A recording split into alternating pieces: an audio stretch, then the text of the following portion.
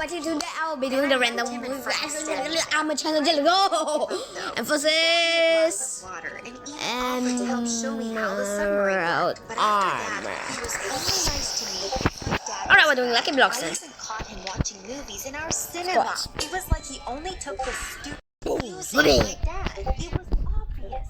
But there were worse things on the horizon. My birthday finally arrived, and I was woken up by my dad, who was riding a white horse. I'm alone. I'm happy. To its head. Who else can say they've been woken up by a unicorn on their birthday? Oh man, this was going to be a long day.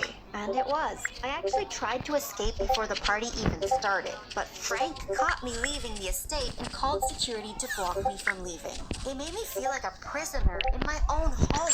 There was nothing else for it. I just need to go through with the party and hope it wasn't a complete disaster. My dad had bought a cake the size of a small house, and there were like 10 unicorns prancing around. And then the worst part, my dad came out in a leopard print onesie and said it was a fancy dress party. Then he gave me and my mom outfits to match his. I was so excited, but I refused to wear mine. It clearly upset my dad, but I didn't care. I never asked for any of this. Pretty soon, people started arriving, and it wasn't just people from school. There were so many strangers there who claimed to be friends with my dad, and I saw them heading straight for the table of gifts. My dad had bought gifts for everyone. I mean, it was my birthday, not theirs. This was what happened when you had too much money. Then Sally arrived, and I did not want her there. I saw her walking in, and I went straight to my dad and asked why she was there. He ignored me and ran over to Sally, saying, "Look how grown up you are. Kara's missed you so much. You haven't been around to play in years." I just glared at Sally, and she came right up and hugged me and whispered, "Just play nicely, okay?" Then she laughed and walked off. I saw Frank eyeing her up. He even came up and asked me if she was single. And of course, that was the exact moment my boyfriend arrived. I was so happy to see him. He handed me a gift and said happy birthday. It was my all-time fave book, and I thanked him. But Frank was standing right there, and then he said, "Oh, I almost forgot. Here." And he gave me a little box. It was a necklace. Why would he spend so much on me? My boyfriend immediately asked who he was, and he winked and he said he was my new best friend. And when my boyfriend introduced himself, Frank said, "Oh, I've never even heard of you before, mate. Kara never mentioned you." After that, you could have cut the tension with a knife. My boyfriend looked super upset. And then my dad appeared and said Frank just told him I had a boyfriend and he wanted to meet him. But it was too late. My boyfriend was walking away. I ran after him and he said he didn't recognize me anymore and that maybe I should just go date Frank instead. I almost burst into tears. Then I felt someone put their arm around me and it was Frank. He said, "Aw, don't cry. I mean, he put you up. You deserve better than that loser. Come on, babe. Let's get back to the party." This was a disaster. All these people were at my party, not because they liked me, but because my dad was rich. And now I'd just lost the one person I actually wanted to be here. I went to find my dad and almost exploded with anger when I saw him chatting to Sally. I saw Sally showing him the photo of us, saying how we were best friends again. What a liar! I asked my dad if we could talk, and then I told him he was destroying my life by showing off like this. And now I even lost my boyfriend because of him. I turned to him and said, "I wish you'd never become a billionaire. I miss the old you." For a moment, my dad looked really hurt. But then he turned around and everyone was looking, and he went to join them. Sally's parents were even there, and I saw him walk towards them, but they turned away from I'm being targeted! me and tried to smile, but I could see he wasn't happy either. I went to my room and tried to block out the sound of all those strangers pretending to celebrate my birthday. It was pathetic. I just wanted everything to go back to how it was before. Eventually, people left. Howdy, mate. I could still hear Sally's voice. She was sitting by the pool with Frank. And then I saw my dad with Sally's parents, and they were talking about their new business idea and trying to get my dad to invest in it. My dad got up to get them a drink, and as soon as he walked away, they started laughing at him and whispering. It made me sick. I went straight to my dad and told him they needed to leave now. But he said he was about to sign a contract with them. I couldn't let this happen. My dad was delusional, and he looked exhausted. There's no way he was actually thinking straight. Okay, boys, Then we're back. I lost it. I told them if they didn't leave, I'd call security. And then they said I was nothing but a spoiled brat and that I had no right to speak to them like that. Well, I really did call security. They arrived before my dad did and asked them to leave. They made such a fuss and started saying mean things about me and my dad. They even grabbed some more gifts on the way out. Then Sally shouted over to me that I couldn't even buy friends with all this money. I was destined to be a loser forever. My dad heard everything. He came outside and collapsed onto a sun lounger, and I just Okay, boys, we're back. hang on. He hired Frank to try and date me? How could he do that? I seriously wanted to scream at him, but seeing him crying like that, I just felt sorry for him. He was so desperate for people to like him. Then he kept saying how much he missed work and that he regretted selling the company because now all he did every day was buy ridiculous clothes and eat caviar imported from across the world and ride around in a helicopter he didn't even like. He knew people were laughing at him, but he didn't know what else to do with all this money. He'd assumed I was as lonely as him, but if he'd ever stopped to ask me, he'd have known I'd been happy with my boyfriend, living a modest life. I didn't want all this bling, and I definitely didn't want a submarine sports car. That night was a turning point for both of us. Dad told Sally's parents the deal was off, and he fired Frank after getting his helicopter back from Frank's dad. Then he said he had one last surprise for me. I wasn't interested, but he dragged me there. And believe it or not, he actually nailed this one on the head. He convinced my boyfriend to get back together with me, and he took us on a sunset helicopter ride over the town. When we passed Sally's house, I asked my dad if we could land in their garden just to rub our money in their faces. But my dad said he didn't want to land on their tainted land. So it all worked out. My boyfriend took me back. Sally never spoke to me again. My dad went back to dressing normally. And guess what? He donated the helicopter and the submarine and all the other crazy stuff he bought. And now he has friends again. Not because he's a billionaire, but because he's actually a super nice guy. We're thinking of starting a business together doing party planning. Because let's be honest, my dad knows how to throw one heck of a party. Unicorns and all.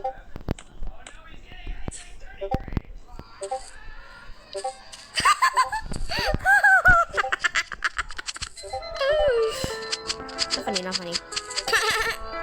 Not funny. I'm Catherine Lee, BK8, biggest and most trusted.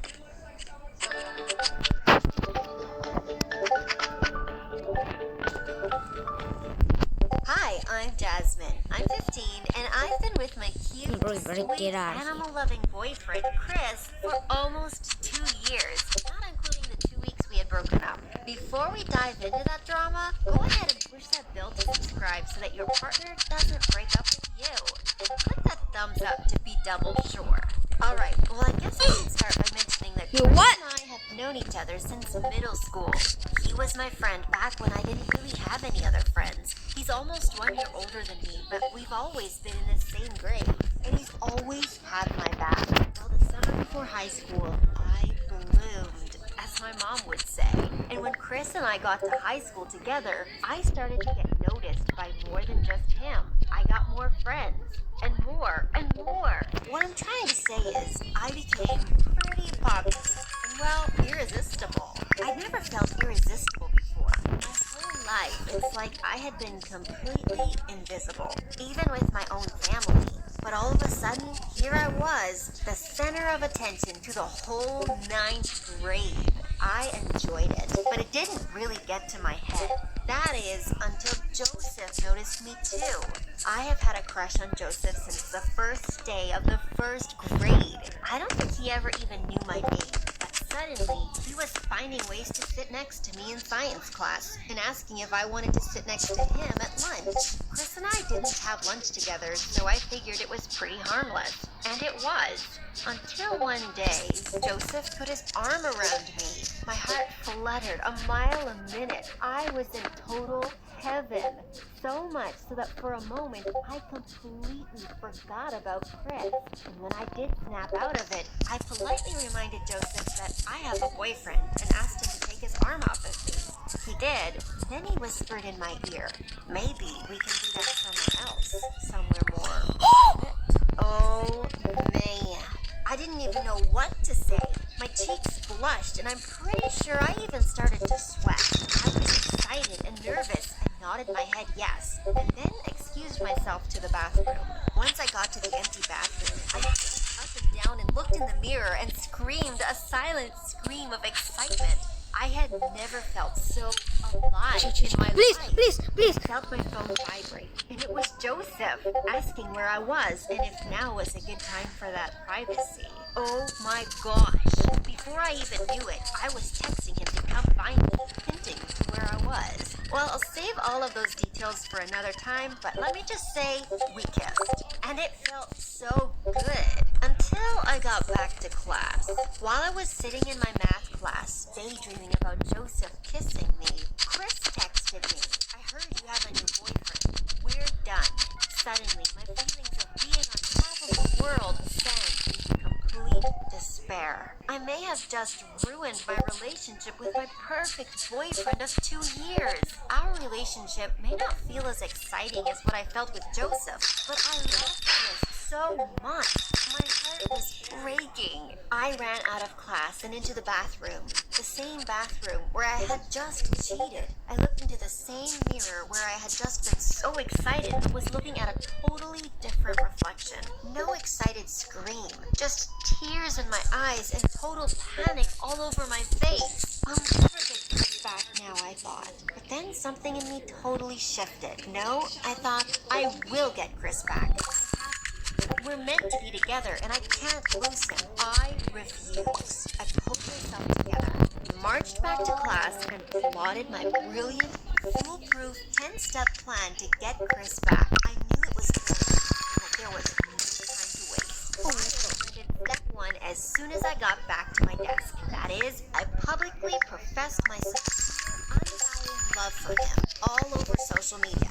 I wanted him and everyone else to know that I totally, shamelessly loved him. The next day when I saw Chris in the hall, I tried to talk to him, but he just rolled his eyes at me and walked away. And right behind him was Joseph, who gave me a very similar look. Nice posts, he said, and walked away. Ugh, I was so annoyed. Why did I ever let him ruin this for me? Suddenly, I had a flash of our kiss, and my heart started pounding in my chest again. Oh yeah, that's why, I thought.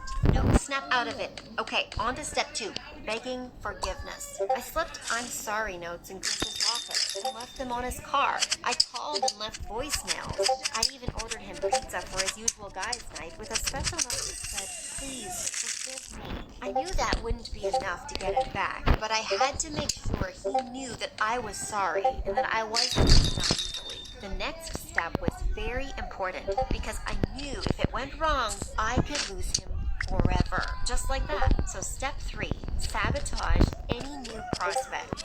The next day at school, I saw Chris with another girl in the hall, little Miss Cindy Smith. She and Chris had always been friends too, but they had always kept a good, respectful distance. But now, they seemed pretty close. Way closer than I'd ever seen him with anyone other than me. So that day, I decided to pull her aside in gym class. Seeming genuinely concerned, I shared the fact that he has IBS, irritable bowel syndrome. I even explicitly shared the time when he lost control and went number 2 in his pants during one of our movie dates.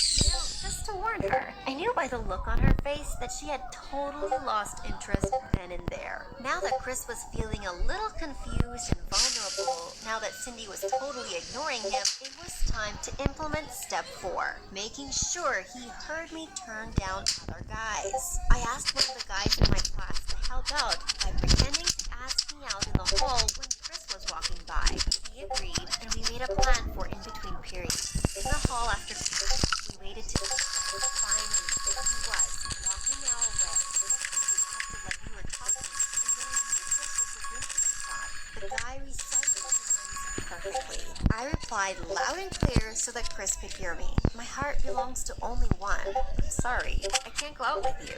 I saw Chris peeking over from the corner of his eye. Yes! Let's go. On to the next. Step 5. Find a way to get alone with him. Just enough to sneak in some reminiscing. Knowing that Chris wants to be a vet someday and loves animals, I knew he couldn't turn down helping an animal in need. So, one day after school, I texted him and asked him to take a look at my dog, explaining that it was urgent as she hadn't eaten in days. He replied that he was on his way, but only for my dog, not for me. Of course, I replied. When he got to my house, he went straight to my dog. Of course, acting completely normal. After examining her, he told me he couldn't find anything wrong, and I acted amazed when he got her to eat. Wow, you've always had a way with animals, just like with that stray cat we found last year. Remember? I couldn't get her to come to me, but somehow you coaxed me right over. Oh yeah, I do remember that, he said. He was already starting to soften, just a little bit. Yeah, and then remember she threw up in the backseat of your mom's brand new car on the way to the animal shelter? I asked, knowing this would get him going. He chuckled and even replied with one of our inside jokes. For a minute, things almost felt normal. Then he snapped out of it and said he had to go and that he was glad my dog seemed to be doing better. I was feeling better already. I knew my plan was working and that it was only a matter of time before he and I were back to how we used to be. That was, I laid in bed thinking about Chris, fantasizing, holding hands, and spending time like we always had. I fell asleep and even had a dream about us being the perfect couple again, as if nothing had ever happened. I woke up the next morning with a pit in my stomach, knowing that the dream still wasn't true. But I quickly shifted gears, knowing that I was halfway there. While getting ready for school, I planned out step 6, buttering him up. I knew that by now he had dropped his guard just enough. So as a thank you for helping me with my dog, I bought him 2 tickets to a movie I knew he would want to see. When I gave him the tickets, I told him that he could of course do whatever he wanted. Now, if anyone knows Chris, it's me. And I know he's too nice and polite not to ask me to go with him. Especially not after our time together last night. Well, sure enough, after school, he texted me and asked if I wanted to join him at the theater that night. Woo! I was so excited. Wow! I hadn't felt this excited since Joseph. Suddenly, I had another flash of my kiss with Joseph, and it felt like electricity was running through my body. I shook it off and quickly got back to celebrating this triumph with Chris. I needed to stay focused and get ready for step 7, playing coy and having the let's be friends talk. There was no way I wasn't going to get him back now. That night at the movie theater, I acted shy and almost timid. I knew that if I came off as confident as I actually was about the situation, I would blow the whole thing. When we met up outside of the theater, I kept a slight distance and awkwardly waved hello. Already, it was working, and he timidly opened his arms for a side hug. Score! That loosened us both up, and we both relaxed a bit, hanging out and talking like old friends. We got to the counter for snacks, and I even ordered for him his favorite. This gave us both a little giggle. My world was feeling lighter. Back then, I realized how long it had felt since we'd broken up. Once the movie let out, we had our usual conversation, discussing our favorite parts. While he shared his, I kind of spaced out, no longer hearing what he was saying. I was loving the way he always got so excited while talking about something he was passionate about, and the way he waved his arms around to express himself, even the way his lips moved while he was talking. I really had missed him. Jasmine, did you hear anything I just said? He asked. Oh, I'm so sorry. Now was my opportunity to have the talk. I took a deep breath and found my cool. I was actually just thinking about how nice it is to be hanging out again. I had to play the part. I looked down at my feet, playing nervous and unsure. I was wondering if we could, be friends? I looked up at him, and he had his cute little half smile. He sighed. Yeah, I guess being friends would be okay. It worked, I thought. I wanted so badly to jump up and hug him. Stay cool, I reminded myself. Just then, my mom arrived to pick me up. Well, see you later, friend, I said. He waved goodbye. I was feeling great. With only 3 simple steps to go, I knew it was just a matter. The next step would be Well, we're gonna win. But acting like a true No. I knew this would include talking to I must get armor from. I must get the armor from. Lucky Dragon. Plus, even just having him thinking romantically around me could help to draw him back in. So the next week at school, I casually met up with him to get ready for class. How was he feeling? I asked. Good. It felt like he was being short, but for a minute I felt my confidence waver. Cool. Did you see anyone special? I asked. He looked over at me, kind of suspicious. What do you mean? He asked. Good. He was going for the bait. You know, like he didn't out with anyone special. Like, I don't know, girl. We're friends, remember? We can talk about these things. He looked a little uncertain, so I said, but obviously, if it makes you feel uncomfortable. No, he said. Sorry, I was just thrown a little off guard. Yeah, well, kind of. He sounded uneasy. I hung out with one of my neighbors. She just moved into town. I don't know, it's new. I needed here. I felt so jealous. Every cell in my being wanted to get angry and scream at him. I knew it.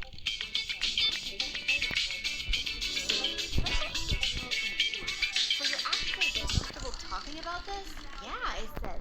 Friends, remember? I care about you, no matter what. I guess that was enough to stop me completely, because after that moment, it was like the floodgates opened. He was telling me all about this girl, which led into everything he had been up to. And that even led to us talking about how we both felt after the whole Joseph drama. By the time classes were starting, we were both almost in tears. It started with a big